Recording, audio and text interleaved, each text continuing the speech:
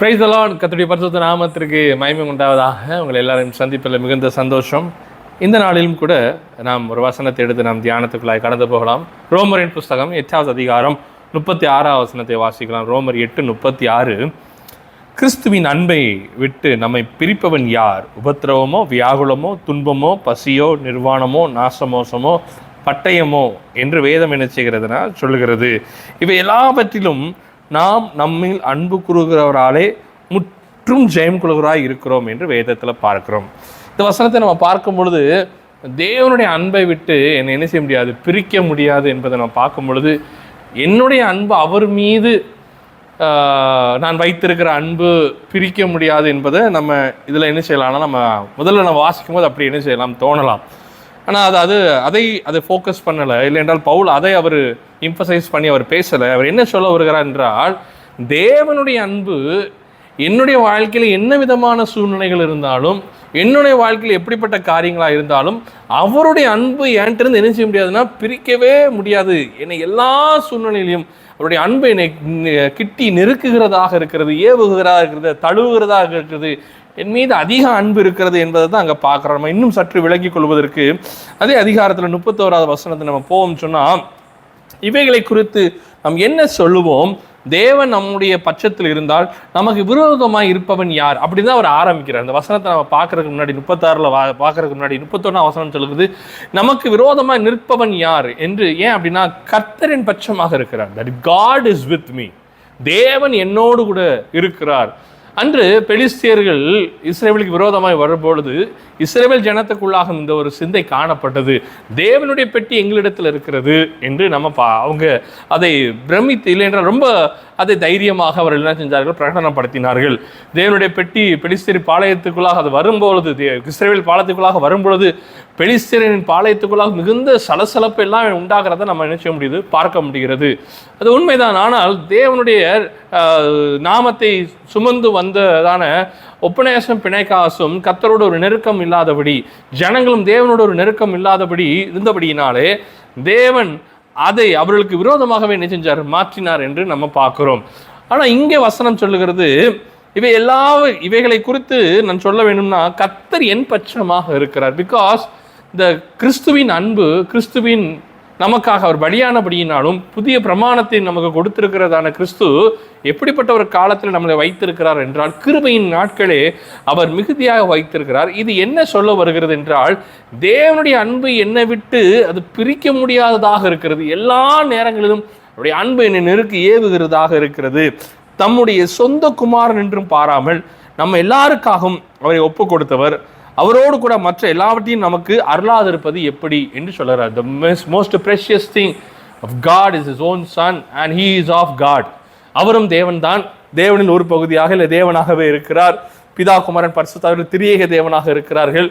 இப்படிப்பட்டவர்கள் தேவனாய கர்த்தர் தன் குமாரனை நமக்கு கொடுத்திருக்கும் பொழுது மீதி எல்லாவற்றையும் அவர் அருளாதிருத்து இருப்பது எப்படி என்று நம்ம பார்க்கும் பொழுது, உலகப்புறமா ஆண்டர் எல்லாத்தையும் தருவார் என்பதை நம்ம எடுத்துக்கொள்வோம் சொன்னால், தேவனை இந்த உலக பொருளோடு நம்ம ஒப்பிட்டு நம்ம சொல்லி விடுகிறத நம்ம பார்க்க முடியுது. அப்படி அல்ல, இங்கே சொல்லப்படுகிறது அவரோடு கூட மற்ற எல்லாவற்றையும் நமக்கு அருளாதிருப்பது எப்படின்னா, அவர் உன்னதத்துக்குரியவர், நித்தியத்துக்குரியவராக இருக்கிறார். அப்படியே நித்தியத்துக்குரியதான சகல விஷயத்தையும் உன்னதமான விஷயங்களையும் கர்த்தரின் குமாரனையே கொடுத்துட்டாருன்னா அதெல்லாம் எனக்கு என்ன செய்வார், தருவார் என்பது அதனுடைய பொருளாக என்ன செய்து அது பார்க்கப்படுகிறது. உலக பொருள் அல்ல.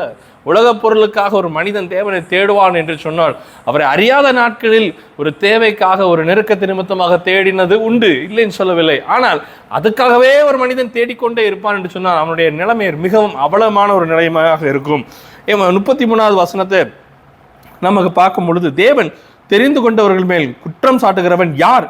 தேவனே அவர்கள் நீதிமான்களாக்குகிறவர் என்று வேதம் சொல்கிறது. அப்போ மற்றவரை நம்ம குற்றம் சாட்டுவது, விசேஷமாக தேவனுடைய பிள்ளைகளை நாம் குற்றம் சாட்டுவது நமக்கு கொடுக்கப்பட்ட ஒரு காரியம் அல்ல. காரணம், அவர்தான் சகலவற்றையும் உண்டாக்கிறார். அவர்தான் எஜமான். அவர்கள் எல்லாரும் தேவனுடைய பிள்ளைகளாக என்ன செய்கிறார்கள், இருக்கிறார் என்று பார்க்கிறோம். அப்புறம் மாத்திரம் அல்ல, 34 சொல்லுகிறது, ஆக்கணிக்குள்ளாக தீர்க்கிறவன் யார்? கிறிஸ்துவே மரித்தவர், அவரே எழுதும் இருக்கிறவர், அவரே தேவனுடைய வலது பாசத்தில் இருக்கிறவர், நமக்காக வேண்டுதல் செய்கிறவர் அவரே. உங்களுக்காக, எனக்காக கிறிஸ்துவின் இரத்தத்தினால் கழுவப்பட்டதான ஒவ்வொரு பிள்ளைகளுக்காக, இன்னும் ரட்சிக்கப்பட போகிறதான பிள்ளைகளுக்கு கூட அவர் நமக்காக அவர் என்ன செஞ்சுக்கிட்டாருன்னா பரிந்து பேசி கொண்டிருக்கிறார். விசேஷமாக தன் பிள்ளைகளுக்காக அவர் பரிந்து பேசி கொண்டிருக்கிறார். இந்த கிருபை நாட்கள் அப்படிப்பட்ட ஒரு நாட்களாக இருக்கிறது. ஆனால் இந்த கிருபை நாட்கள் அப்படி இருந்தாலும் தேவனும் நம்மிடத்தில் எதிர்பார்க்கிறவராக இருக்கிறார். வேதம் சொல்கிறது கிருபையின் பிரமாணம், கிருபை என்னை என்ன செய்கிறது என்று சொன்னால், நான் பாவம் இல்லாதபடி, நான் பாவத்தில் விழாதபடி, நான் பாவத்திலேயே நான் சிக்கிக்கொள்ளாதபடி இருப்பதற்கு இந்த கிருபை எனக்கு என்ன செய்யுதுன்னா உதவியாக இருக்கிறது என்று நான் பார்க்கிறோம். கிருபையினாலே நாம் என்ன செய்கிறோம், நாம் பரிசுத்தமாக்கப்படுகிறோம் என்று பார்க்கிறோம், பாவியாக அல்ல. 35 வசனத்தை போகிறோம், உமது நிமித்தம் எந்நேரம் கொல்லப்படுகிறோம், அடிக்கப்பட்ட ஆடுகளைப் போல எண்ணப்படுகிறோம் என்று எழுதியிருக்கப்படி நேரிட்டாலும். அதுக்கப்புறம் தான் சொல்லப்படுது கிறிஸ்துவின் அன்பை விட்டு நம்மை பிரிப்பவன் யார். எப்பவும் அடிக்கப்படுவதற்காக நாங்கள் எண்ணப்பட்டாலும், எல்லாம் அவர் நிமித்தமாக நம்ம கொலை விடும்படியாக நம்ம எண்ணப்பட்டாலும், தேவனுடைய அன்பை விட்டு எங்களை என்ன செய்ய முடியாதான், பிரிக்க முடியாது. அப்படின்னா என்ன, எப்பொழுதும் அப்படி அன்பு அளவில்லாமல், எப்படி ஒரு ஆக்சிஜன் எப்படி இந்த பூமியை அப்படி சுற்றி இருக்கிறதோ அப்படித்தானே தேவனுடைய அன்பும் அதுக்கும் அதிகமாகவே தேவனுடைய அன்பு நம்மளை அப்படியே நெருக்குகிறதாக இருக்கிறது, நம்மளை தாங்குகிறதாக இருக்கிறது. அவர் நம்மளை அவ்வளவாக நேசிக்கிறார். Only one thing he expect, that is repentance. மனம் திரும்புதல் அவர் நிச்சயமாக எதிர்பார்க்கிறார். கிறிஸ்து ஒவ்வொரு அற்புத அடையாளங்களையும் செய்துவிட்டு அவர் போகும்பொழுது ஒரு காரியத்தை அவர் சொல்லி அனுப்பார், போ இனி பாவம் செய்யாது என்று. ஆம், அதை தேவன் நிச்சயமாக எதிர்பார்க்க. கிருபை நாட்கள் தான், கிருபை உள்ளவராக இருக்கிறார். கிழக்குக்கும் மேற்குக்கும் எவ்வளவு தூரம், அவ்வளவு தூரமாய் அவர் எல்லாவற்றையும் அவர் மறக்கிறார், மன்னிக்கிறார், எல்லாம் சரி. ஆனால் நம்மிடத்தில் அவர் மிகவும் எதிர்பார்க்கிற ஒரு விஷயம், என் பிள்ளை விழுந்து விட்டது சரிதான், ஆனாலும் எழுந்து மீண்டும் அந்த பரிசுத்த வாழ்க்கைக்கும் நீதியின் வாழ்க்கைக்கும் அவன் கடந்து போவது அவர் எதிர்பார்க்கிறார். அதனால சொல்லப்படுது, பரிசுத்தமானவன் இன்னும் பரிசுத்தமாகட்டும், நீதி செய்கிறவன் இன்னும் நீதி செய்யட்டும். 100 ஆடுகள் வேதத்தில் நம்ம வசனம் வாசிக்கிறோம், அந்த பிராரபலை வாசிக்கும் பொழுது அந்த ஓமையில ஒரு ஆடுக்கு பின்பதாக போகிறார். காரணம் என்ன, அதை தூக்கி மீண்டும் அது தன்னை போல அந்த மேப்பன் விரும்புவதை போல அதை மாற்றும்படியாக அவர் என்ன செய்யறார், விரும்புகிறார். அப்பன்னமாகவே தான் வேதம் சொல்லுகிறது, நான் விழும்பொழுதே நான் பலவீனமாகும் போதே பலமுள்ளனா எழும்புகிறேன் என்று நம்ம பார்க்கிறோம். எனக்கு அருமையான தேவனுடைய பிள்ளையே, கர்த்தருடைய அன்பு எந்த சூழ்நிலை இருந்தாலும் சரி, அந்த வசனத்தை தொடர்ந்து நம்ம பார்க்கலாம். கிறிஸ்துவின் அன்பை விட்டு நம்மை பிரிப்பவன் யார்? உபத்திரவமோ, வியாகுலமோ, துன்பமோ, பசியோ, நிர்வாணமோ, நாசமோசமோ, பட்டயமோ, இவை எல்லாவற்றிலும் நாம் நம்மில் அன்பு கூறுகிறவராலே முற்றும் ஜெயங்கொள்கிறாய் இருக்கிறோமே. நம்மளால முடியாது, நமக்கு ஒரு ஜெயம் இருக்குது, கிறிஸ்துவினால தான் வருகிறது. கிறிஸ்து தான் நமக்கு எல்லாவற்றையும் தருகிறார். ரட்சிப்பும் அவர் தான் தருகிறார், கிருபையும் அவர் தான் தருகிறார், பரிசுத்த வாழ்க்கையும் அவர் தான் நமக்கு கட்டளையிடுகிறார். விழுந்தாலும் மீண்டும் தூக்கி விடுகிறார், அவராகவே இருக்கிறார். நமக்கு ஜெயத்தையும் அவர் தருகிறவராக இருக்கிறார். நாம் ஒரு ஜெயமுள்ள ஒரு யுத்த வீரனை போல நம்ம என்ன செய்யறோம், காணப்படணும்.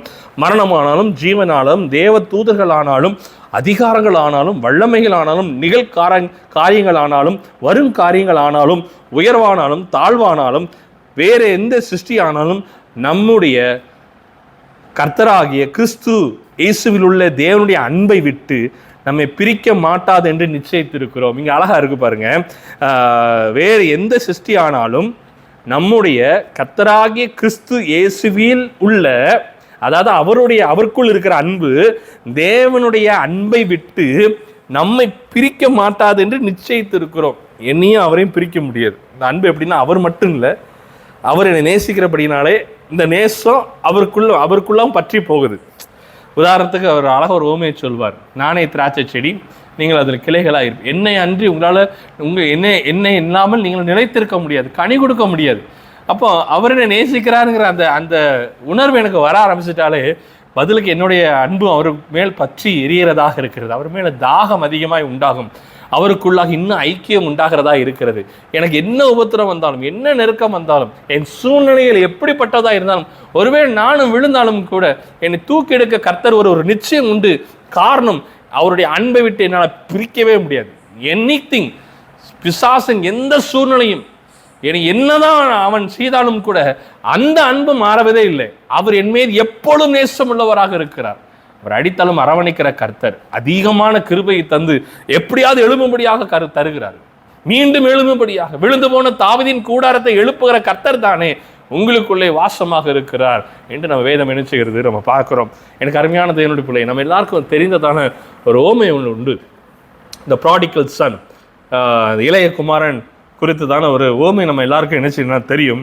லூக்கா எழுதின நற்செய்தி நூல் 15வது அதிகாரம் 16வது வசனத்துக்கு நேராக நம்ம போவோம்னு சொன்னால், அவன் எல்லா ஆஸ்திகளையும் எல்லாம் தகப்பனிடத்துல சண்டை போட்டு அந்த ஆஸ்தியெல்லாம் என்ன செஞ்சுட்டான், வாங்கி தூரதேசத்தில் போய் அது துன்மார்க்கமாக எல்லாம் செலவழிந்த பின்பு 16ஆம் வசனம் சொல்லுகிறது, அப்பொழுது பன்றிகள் தின்னுகிற தவுடினாலே தன் வயிற்றை நிரப்ப ஆசையாக இருந்தான். ஒருவனும் அதை அவனுக்கு கொடுக்கவில்லை. அவனுக்கு புத்தி தெளிந்த போது என்று வேதம் செய்யும். இதைத்தான் கர்த்தர் எதிர்பார்க்கிறார். புத்தி தெளிய வேண்டும், விழுந்தாலும் தெளிவு வர வேண்டும். நான் செய்வது தவறு என்பது ஒரு உணர்வு வேண்டும்.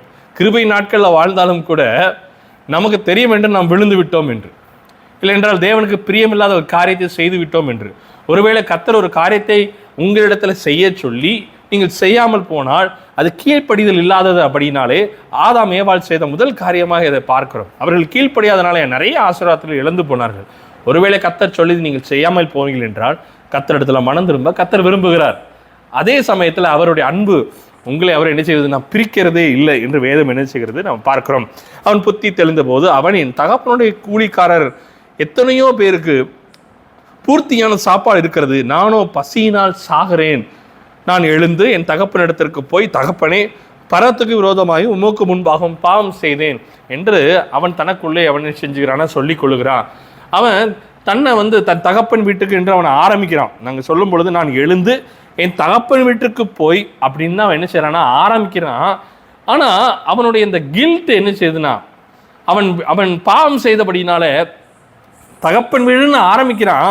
ஆனால் அவன் போகும்போது என்ன செய்யுது அப்படின்னா, இனிமேல் உம்முடைய குமாரன் என்று சொல்லப்படுவதற்கு நான் பாத்திரன் அல்ல, உம்முடைய கூலிக்காரில் ஒருவனாக என்னை வைத்துக்கொள்ளும் என்பேன் என்று சொல்லி முதல்ல சொல்கிறேன். என் தகப்பன் வீட்டுக்கு நான் போகிறேன், அங்கே எல்லா வேலைக்காரங்களாம் இருக்காங்க.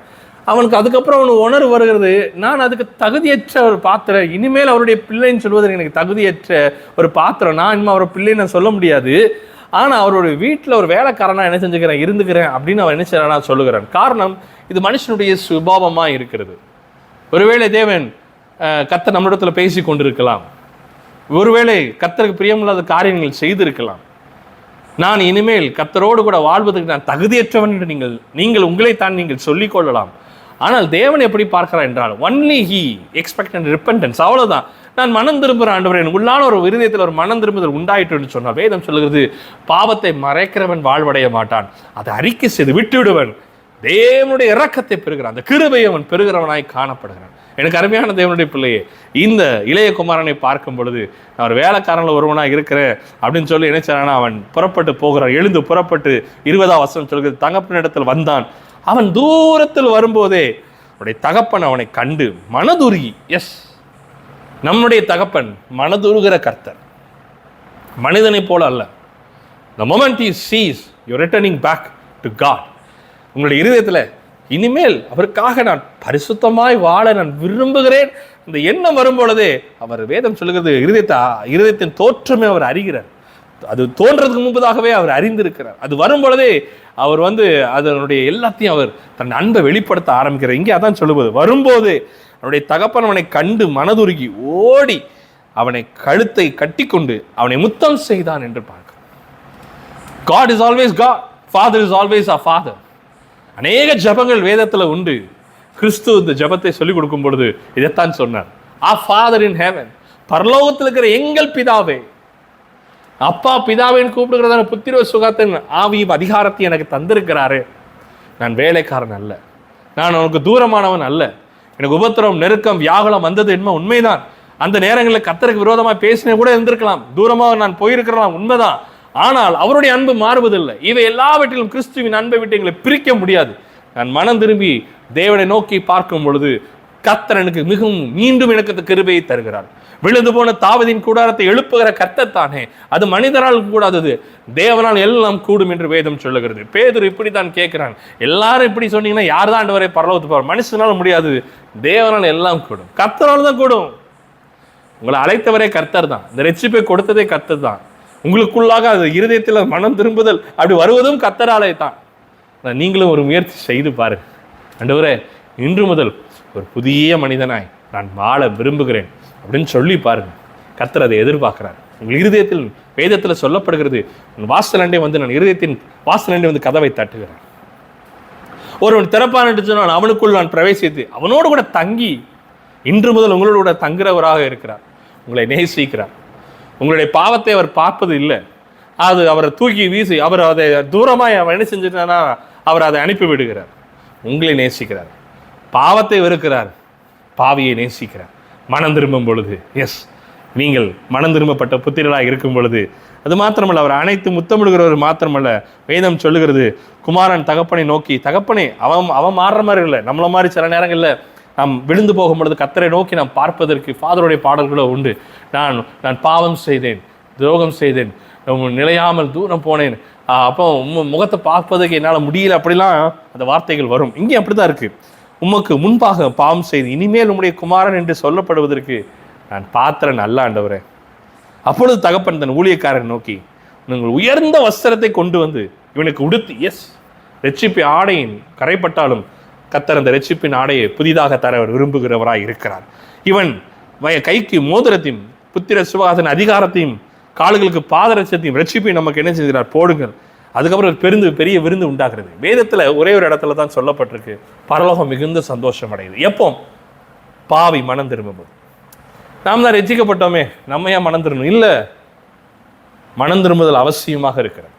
ரட்சிக்கப்பட்ட ஜனமே உனக்கும் எனக்கும் அவசியமாக இருக்கிறது. மனம் திரும்புதல் அவசியம். சில நேரம் நம்ம விழுந்தாலும் மனம் திரும்ப கர்த்தர் எதிர்பார்க்கிறார்.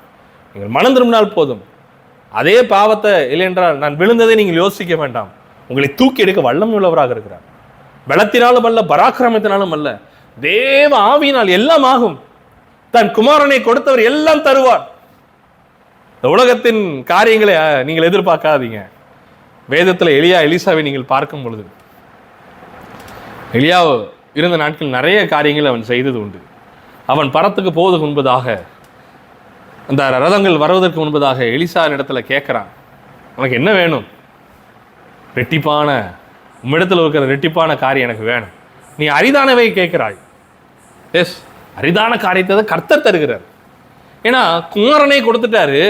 அன்று எலிசா ஏங்கனத்தின் காரியத்தை விட அதிகமாகவே அவர் தர வாஞ்சியாக இருக்கிறார். அவர் எதிர்பார்க்கறதெல்லாம் என் பிள்ளை என்கிட்ட வரணும், அவ்வளவுதான்.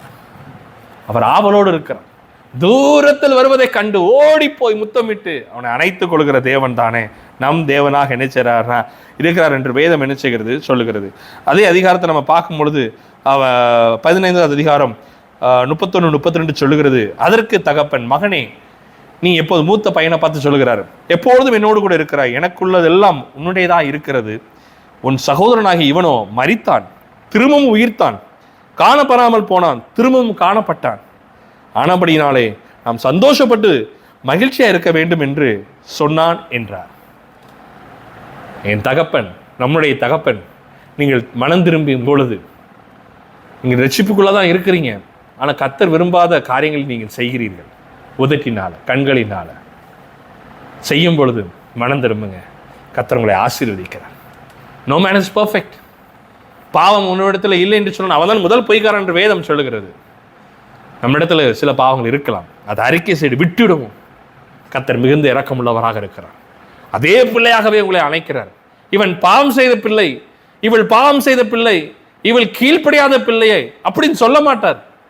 என்னுடைய மகன், என்னுடைய மகள் என்று சொல்லுகிறார். உங்களை பார்த்து தான் சொல்லுகிறார். வருத்தப்பட்டு பாரம் சுமப்பவர்களே, நீங்கள் எல்லாரும் என்னிடத்துல வாருங்கள், நான் உங்களுக்கு இளைப்பாறுதல் தருகிறேன். இன்றைக்கும் உங்களுக்கு தருகிறார். உங்களை விட்டு விலகுவதும் இல்லை, உங்களை கைவிடுவதும் இல்லை. இன்னொரு காரியத்தை கூட பார்க்கும் பொழுது பழைய ஏற்பாட்டில் ஒரு சம்பவத்தை நமக்கு தெரியும். 2 சாமுவேல் புஸ்தகம் 12வது அதிகாரத்தை நீங்கள் பார்ப்பீங்க அப்படின்னா, அவன் ஊரியாவை அவன் என்ன செய்கிறான்? அவன் கொலை செய்கிறான். அந்த பாவத்தில் என்ன செய்கிறான்? விழுந்து போகிறான். கர்த்தர் நாத்தான் தீர்க்கதரிசியை அவனுக்கு அனுப்பி ஒரு காரியத்தை அவன் சொல்லுகிறான். 2 சாமுவேல் புஸ்தகம் 12வது அதிகாரம் 1ஆம் வசனத்திலிருந்து வாசிக்கும் பொழுது, கர்த்தர் நாத்தானை தாவீதினிடத்தில் அனுப்பினார். இவன் அவனிடத்தில் வந்து அவனை நோக்கி, ஒரு பட்டணத்தில் 2 மனுஷர்கள் இருந்தார்கள். ஒருவன் ஐஸ்வர்யவான், மற்றவன் தரித்திரன். ஐஸ்வர்யவானுக்கு ஆடு மாடுகள் வெகு திரளாய் இருந்தது. தரித்திரனுக்கோ தான் கொண்டு வளர்த்த ஒரே ஒரு சின்ன ஆட்டுக்குட்டியை தவிர வேறே ஒன்றும் இல்லாதிருந்தது. அது அவனோடு அவன் பிள்ளைகளோடும் கூட இருந்து வளர்ந்து அவன் வாயின் அப்பத்தை தின்று அவன் பாத்திரத்திலே குடித்து அவன் மடியிலே படித்து கொண்டு அவனுக்கு ஒரு மகளை போல இருந்தது என்று வேதம் சொல்லுகிறது. தேவன் நாத்தான் தீர்க்கதரிசியை அங்கே அவனுக்கு என்ன செய்கிறாருன்னா தாவீதினிடத்துல அனுப்புகிறார்.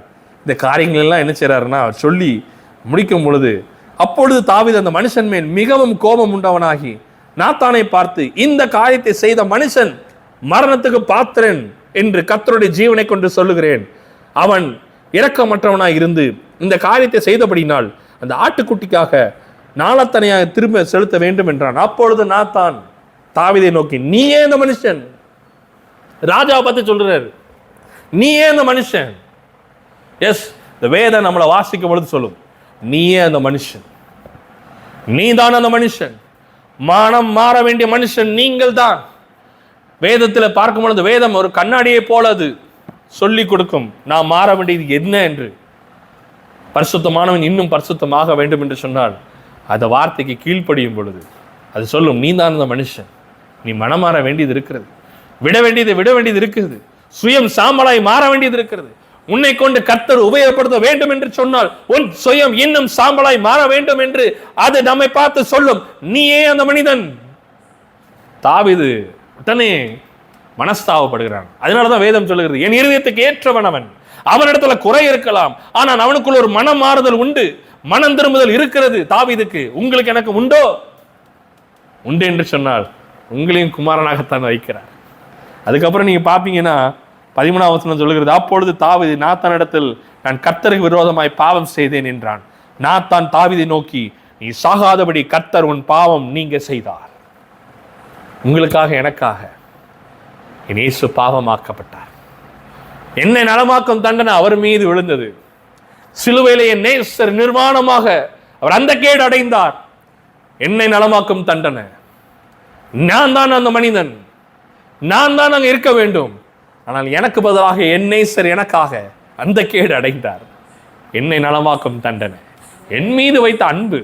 என் பிள்ளை இதுல வரக்கூடாது, இந்த பாவத்திலிருந்து அவன் மீள வேண்டும். என் பிள்ளை, என்னுடைய மகன், என்னுடைய மகள் இந்த அந்தகாரத்தின் கரங்களிலிருந்து நான் மீட்க வேண்டும் என்று சொல்லி தன்னையே ஒப்பு கொடுத்தார். என்னை நலமாக்கும் தண்டனை. நான் தான் அந்த மனிதன். அன்று நாத்தான் தாவீதை பார்த்து சொன்னதை போல, நீதான் அந்த மனிதன். வேதம் நம்மளை பார்த்து சொல்லும், நீதான் அந்த மனிதன். சொல்லுகிறதா? சொல்ல வேண்டும். உங்கள் மனம் புதிதாகிறபடினாலே என்று வேதம் சொல்லுகிறது. ஒவ்வொரு நாளும் வாசிக்கும் பொழுது, தேவனுடைய சமூகத்தில் போகும் பொழுது ஒவ்வொரு நாளும் புதிதாகப்பட வேண்டும். அது சொல்லும், நீதான் அந்த மனிதன். மனம் திரும்புதலுக்கு நேராய் அதை நம்மளை மாற்ற வேண்டும். 24ஆம் வசனம் சொல்லுகிறது, அதே 2 சாமுவேல் 12:24. பாருங்க, மனம் திரும்பல உடனே பாவத்திலே விழுந்தாலும் சரி, கர்த்தருக்கு விரோதமான காரியம் செஞ்சாலும் கூட, ஆனால் மனம் திரும்பும் பொழுது கூட அங்க ஒரு பெரிய ஆசீர்வாதத்தை வைக்கிறார் பாருங்க. 12:24. பின்பு தாவீது தன் மனைவியாகிய பத்சேபாளுக்கு ஆறுதல் சொல்லி அவளிடத்துல போய் அவளோடு சயனித்தான். அவள் ஒரு குமாரனை பெற்றாள், அவனுக்கு சாலமோன் என்று பெயரிட்டான். அவனிடத்தில் கர்த்தர் அன்பாயிருந்தார். என் தேவன் அன்புள்ளவர். God is love. தேவனுக்கு பிரியமில்லாத காரியம் தான் தாவீது செஞ்சான். பத்சேபாளின் நிறைய விஷயங்களை செய்தான். ஊரியாவை கொன்று போட்டான். அதனால் உண்டானதான அந்த பிள்ளையை கர்த்தர் அடித்தார். அதே அதிகாரத்தில் இருக்கிறோம். ஆனாலும் கர்த்தர் தாவீதின் மேல் மனதுருகினார். அதே பத்சேபாள் மூலமாக கர்த்தர் சாலமோனை கொடுத்தார். அவனுடைய ராஜ்ய பாரியத்தில் கர்த்தர் பெரிய காரியங்களை செய்தார். அவன்தான் தேவனுக்கு என்று ஆலயத்தை எழுப்பினான். அங்கே அவனுடைய நாட்களில் வெள்ளி ஒரு பொருட்டாக எண்ணப்படவில்லை. ஷேபாலிருந்து ராணி வந்து அவளுடைய காரியத்தை, ஞானத்தை கற்றுக்கொண்டு போகிறாள். அநேக ராஜாக்களுடைய ஞானத்தையும் மகத்துவத்தையும் பார்த்து அவர்கள் கர்த்தரை துதிக்கிறார்கள். சாலமோனிலும் பெரியவர் கர்த்தர் உங்களுக்குள்ளே இன்று இருக்கிறார். வேதம் சொல்வது, கர்த்தர் அவன் மேல் அன்பாய் இருந்தார். சாலமோன் மேல் அன்பாய் இருந்தார். தாவீது மேலும் அன்பாய் இருந்தார். உங்கள் மேல் அதிக அன்பாக இருக்கிறார். காரணம், சாலமோனுக்கும் தாவீதுக்கும் இயேசு கிறிஸ்து அடிக்கப்படவில்லை. உங்களுக்காக எனக்காக என்னை அந்த கேட்டு அடைந்தார். என்னை நலமாக்கும்படியா. அவரை விசுவாசிக்கும் போது நலம் உங்களுக்கு வருகிறது, சுகம் உங்களுக்கு வருகிறது, ஆரோக்கியம் உண்டாகிறது, பலன் வருகிறது. உன்னதத்தின் பலன் உங்களை ஆளுகை செய்கிறது. சோர்ந்து போகாதீர்கள். எப்படிப்பட்ட காரியமா இருந்தாலும் தேவனுடைய அன்பை விட்டு என்னை பிரிக்க மாட்டாது. கிறிஸ்துவின் அன்பை விட்டு நம்மை பிரிப்பவன் யார்? எஸ், தேவன் என் மீது அன்பாக இருக்கிறார். அதே போலத்தான் உன்னத பாட்டில் பார்க்கிறோம், அன்பு மரணத்திலும் வலிமை மிக்கது. Yes, my love is also, என்னுடைய அன்பும் அவர் மீது அப்படி இருக்கத்தக்கதாய் அன்று நீதிமான்கள் வாழ்ந்ததை போல, ஆதி அப்போஸ்தலர்கள் வாழ்ந்ததை போல நமக்கு முன்பதாக வேதம் சொல்லுகிறது. இத்தனை திரளான சாட்சிகள், மேகம் போன்ற இத்தனை திரளான சாட்சிகள் நம்மை சூழ்ந்து கொண்டு இருக்க, அந்த சாட்சிகளை போல நம்மையும் கர்த்தர் சாட்சிகளா இருக்க விரும்புகிறார். உலகம் எங்கும் போய் நீங்கள் சாட்சிகளாக இருப்பீர்கள். உங்களை என்னை கர்த்தர் சாட்சிகளாக வைத்திருக்கிறார். விழுந்து போனாலும் ஒன்று நீங்கள் மறவ வேண்டாம், அவரை நோக்கி பார்ப்போம்.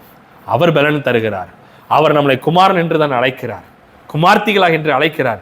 அவருடைய சாயலை போல அவராகவே மாற கர்த்தர் உங்களை என்னையும் அவர் வழி நடத்தி கொண்டிருக்கிறார்.